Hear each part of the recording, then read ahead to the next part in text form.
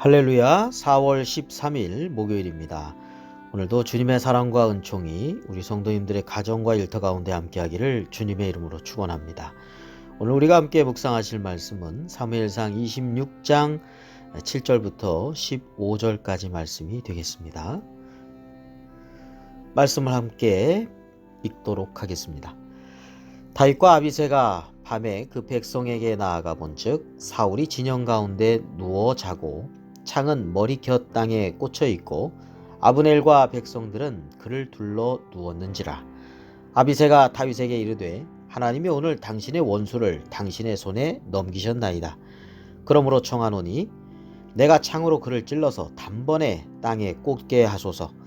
내가 그를 2번 찌를 것이 없으리이다 하니 다윗이 아비새에게 이르되 죽이지 말라.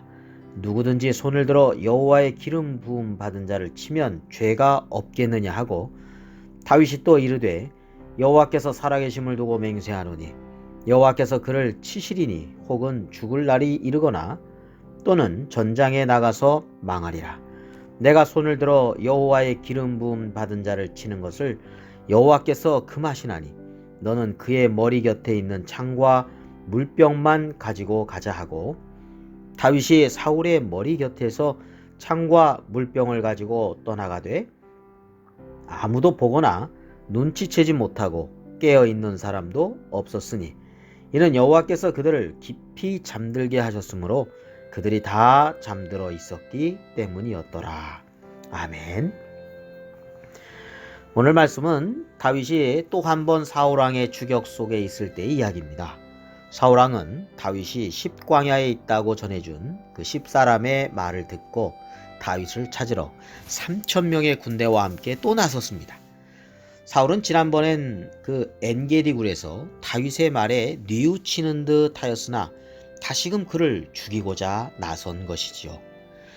그러나 다윗과 그의 부하 아비새가 사울의 진영 속에 밤에 들어가서 사울이 자는 동안 그의 창과 물병을 가지고 나왔습니다.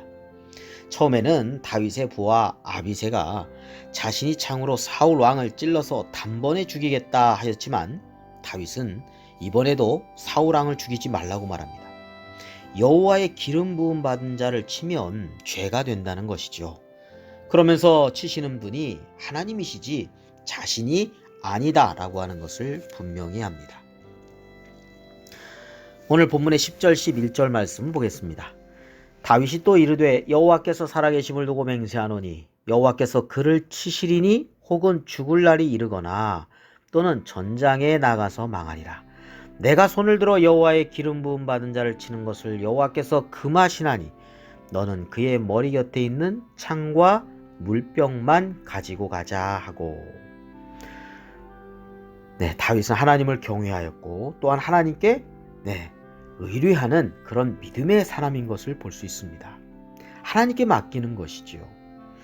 자, 그런데 다윗이 사울의 머리 곁에 있는 창과 물병을 가지고 떠나게 될 때에 아무도 보거나 눈치채지 못하고 깨어있는 사람도 없다라고 말씀하고 있죠. 사실 사울왕이 진영 가운데서 자고 있고요. 사울의 군인들이 그를 둘러서 진을 치고 보호하고 있었습니다. 그런데 어떻게 그 진영 가운데 자고 있는 사울에게 가서 창과 물병을 가지고 올 수 있었을까? 이건 정말 거의 불가능한 일이죠. 성경에서는 이러한 일들이 가능하게 했던 것은 여호와께서 그 사울의 병사들로 하여금 깊이 잠들게 하셨기 때문이다 라고 말씀하고 있습니다. 여기서 우리는 하나님을 경외하고 생명을 사랑하였던 이 다윗을 하나님께서 철저하게 보호해 주시는 하나님의 놀라운 은혜가 있었음을 알게 됩니다. 이후 사울왕이 이러한 일들을 다 들었을 때 다윗을 향해 자신이 범죄하고 대단히 어리석고 잘못된 행동을 하였다고 사울왕이 고백하면서 다윗에게 오히려 복을 빌어주고 큰 일을 해내고 승리하게 될 것이라고까지 말하지요. 오늘 말씀에서 우리는 무엇보다도 영적으로 깨어 있어야 한다는 것을 알게 됩니다. 사울왕은요, 엔게디에서 회개하는 듯 하였습니다. 근데 다시금 아무런 잘못도 없는 다윗을 향해서 죽이려고 군대를 소집하고 쫓아왔다는 거 아니겠습니까? 오늘날 마귀는 우는 사자처럼 삼키차를 찾고 있습니다. 그러니 우리는 늘 깨어서 있는 믿음이 되어야 하겠습니다. 시험에 들지 않게 깨어 기도하며 말씀 가운데 순종하며 살아가는 빛 가운데 거하는 삶이 되어야 되겠습니다. 또한 다윗과 같이 하나님을 의뢰하는 믿음으로 살아가야겠습니다.